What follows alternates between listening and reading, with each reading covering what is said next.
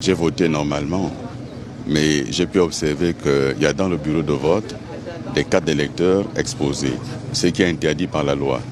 La loi demande que les cartes d'électeurs soient disposées dans une salle à côté, mais pas dans le bureau de vote. Or, c'est manifestement le cas dans tous les bureaux de vote, ce qui est un facteur potentiel de fraude, puisque lorsqu'on a terminé, les cartes non récupérées servent souvent à remplir les bureaux de vote, plutôt les urnes. Et donc ça, c'est un facteur important qu'on relève. Pour le reste, ça a été assez fluide, le bureau est complet et les bulletins font l'objet de signatures, mais ils ne sont pas tous signés.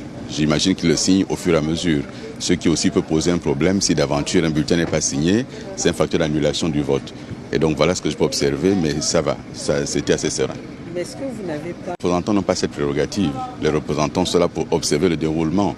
Il revient au président du bureau de vote de faire appliquer la loi. Et en l'occurrence, les cas d'électeurs non récupérés n'ont rien à faire dans le bureau de vote. Vous êtes serein après votre vote? On est toujours serein après un vote, mais après, vous savez qu'au Gabon, tout se déroule convenablement la journée, et c'est le sort au dépouillement qui a des problèmes. On verra ce que ça va donner aujourd'hui. Monsieur le candidat, quelles sont vos chances de remporter cette élection ici, chez vous, à Makoko? Le candidat à l'élection présidentielle, c'est une circonscription unique, qui est le Gabon. Donc Makoko n'est pas la circonscription en jeu. L'enjeu, c'est le Gabon. Voilà. Ça, je le sais très bien, mais comme...